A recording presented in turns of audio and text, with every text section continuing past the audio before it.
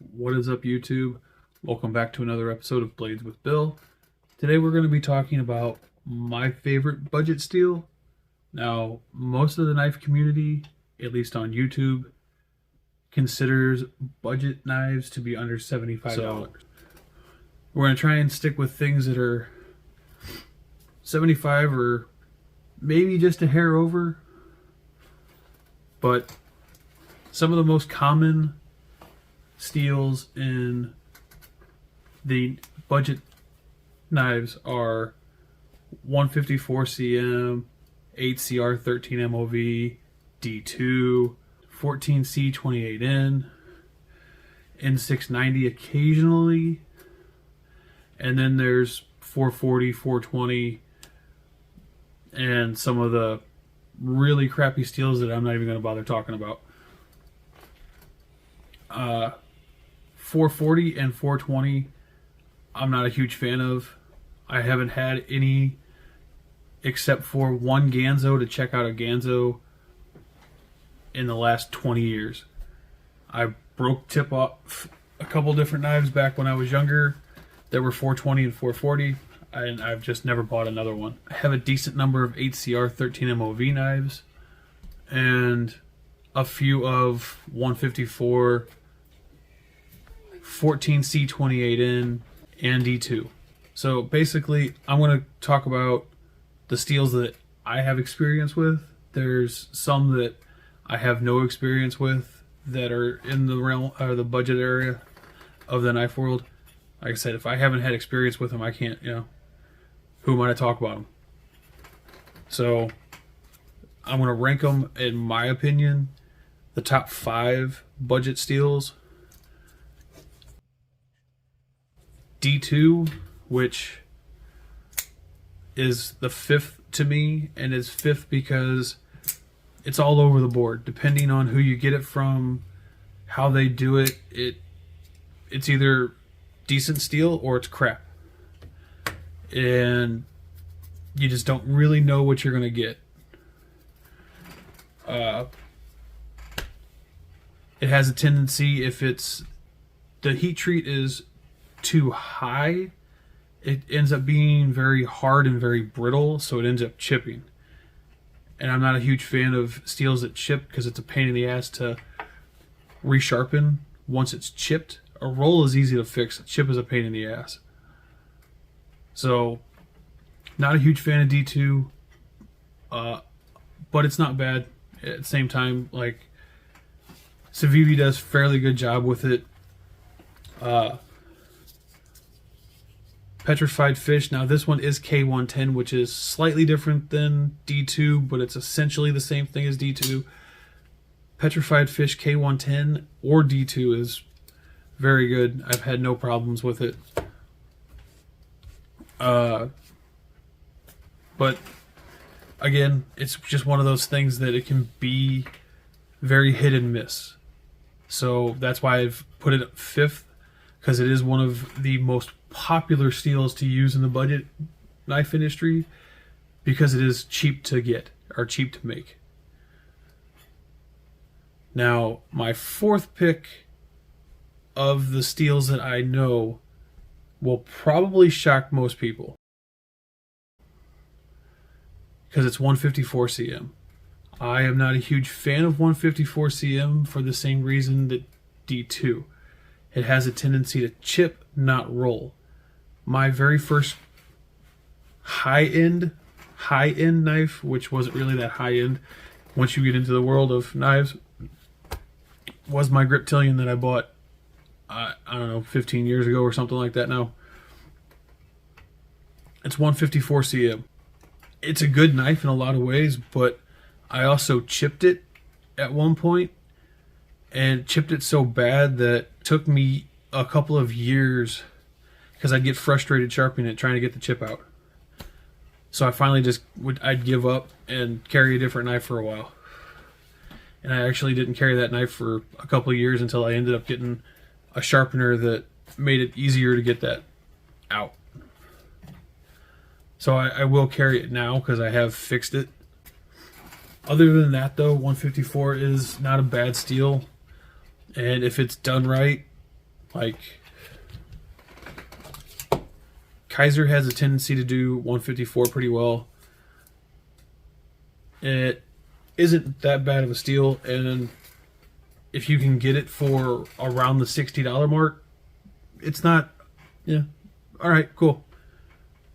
It's not too bad. Yeah, my third favorite is 8CR. I like 8CR. I know a lot of people think it's crap steel. 8CR is one of those that it's also kind of hit and miss. Some of it's not bad, or some of it's okay. But it's extremely easy to sharpen and keep sharp. You can have a cheap stone with you and keep this sharp. It's really not hard to keep 8CR sharp. That's one of the reasons why I have it as the number 3 steel in the budget industry for me, or budget knife world, because it doesn't chip. It has a tendency to roll.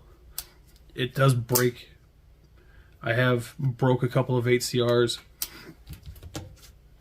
the tips off and stuff, but again, it's still to me it's easier to fix a roll than it is to fix a chip. If I break the blade, well, I shouldn't have been using it to do what I was doing. Plus, you can get 8CR extremely cheap, like this right here. This SRM is 20 bucks, and you get a crossbar lock and 8CR. If I break this thing, it's 20 bucks. I'll go pick up another one as soon as I have 20 bucks, because this is a phenomenal knife for the price.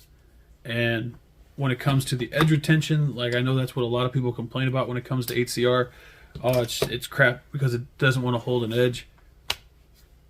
I cut through almost 200 feet of cardboard with that knife, no problem. So I don't know how many people cut through 200 feet of cardboard in a day, but most of us don't. Most of us open in a package from Amazon or whatever. We might cut 200 feet of cardboard in a week. That's about it. So 8CR is not bad. I know a lot of people like to talk shit on it, but it's really not as bad as everyone likes to make it out to be. Number 2, we have AR RPM 9, which is a artisan cutlery steel, and it's the only powder steel that I know of in the budget industry. And it's great. It really is. I've heard that it's supposed to be as durable or as give you the kind of edge retention that D2 does. I don't think it does. I think it's closer to something probably more like 9CR, because it's better than 8CR, but it's definitely not good D2 quality edge retention, at least not in my experience. But it takes a wickedly sharp edge, and it's very easy to sharpen.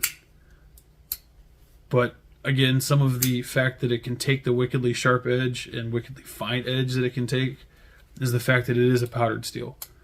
Powdered steels you can easily get, for most part, to have a very fine edge. But so my number 2 is, granted, you can only get it from Artisan Cutlery or CJRB or anything that they make for anybody like this, which is the Rosecraft Blades Pocket Monster. So they do make a few knives for other companies or for other designers that they use that for. My personal favorite, my absolute number 1 in the budget industry is 14C28N. I love it. It's great. It has a tendency to roll when it gets damaged, not chip. It takes a great edge, and an idiot-proof steel because it almost really doesn't matter who you get it from. If you get it from someone in China or here in the US or wherever, it's almost always the same. And it's almost always done pretty much perfect. I asked before, why don't they make a powder metal version of it? And from what I understand, because it's just not needed. 14C is perfect as it is. It will not get better.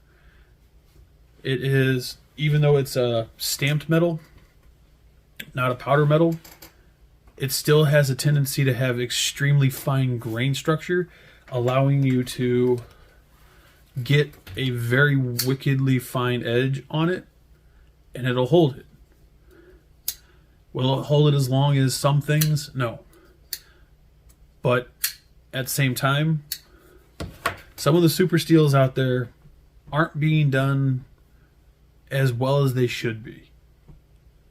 And because of that, you actually have, like, I know they've actually taken and put Civivi 14C up against some of the super steels out there, and Civivi's 14C won in a cutting contest when cutting cardboard. They actually got through more feet of cardboard with 14C 28N on a Civivi knife than they did with super steels on some of the other companies' knives. So 14C for, I mean, it's like, what was that? Oh, dirty little, oh, there it is. This right here, which is the QSP Hawk with ebony wood, $56, and you get 14C 28N. It's, I don't know how else to put it. It's a great buy. It really is. For $50, and you get a better steel than most knives at around $50. I don't know how to complain about that. So, like I said, my personal opinion, 14C 28N, if you haven't tried 14C 28N, try some. I know Rake actually makes a knife that it's like $30 for 14C 28N. I have no idea how the quality of the knife is, but odds are the 14C 28N blade is perfectly fine. It's 14C 28N. So, like I said, it's one of the reasons why I like it is because pretty much wherever you get it from, it's the same. There's not a whole lot of difference in it. Some companies might do it slightly better than others, but it's pretty much idiot proof. They've pretty much made it to where this is as good as it's going to get. They know it's as good as it's going to get, and just do it this way, and you're perfect. I hope you enjoyed the video. I'm trying to pick up the pace a little bit. Apparently I talk a little slow. If you enjoyed the video, give me a thumbs up, subscribe, hit the bell notification so that you get notified whenever I release a new video here on YouTube.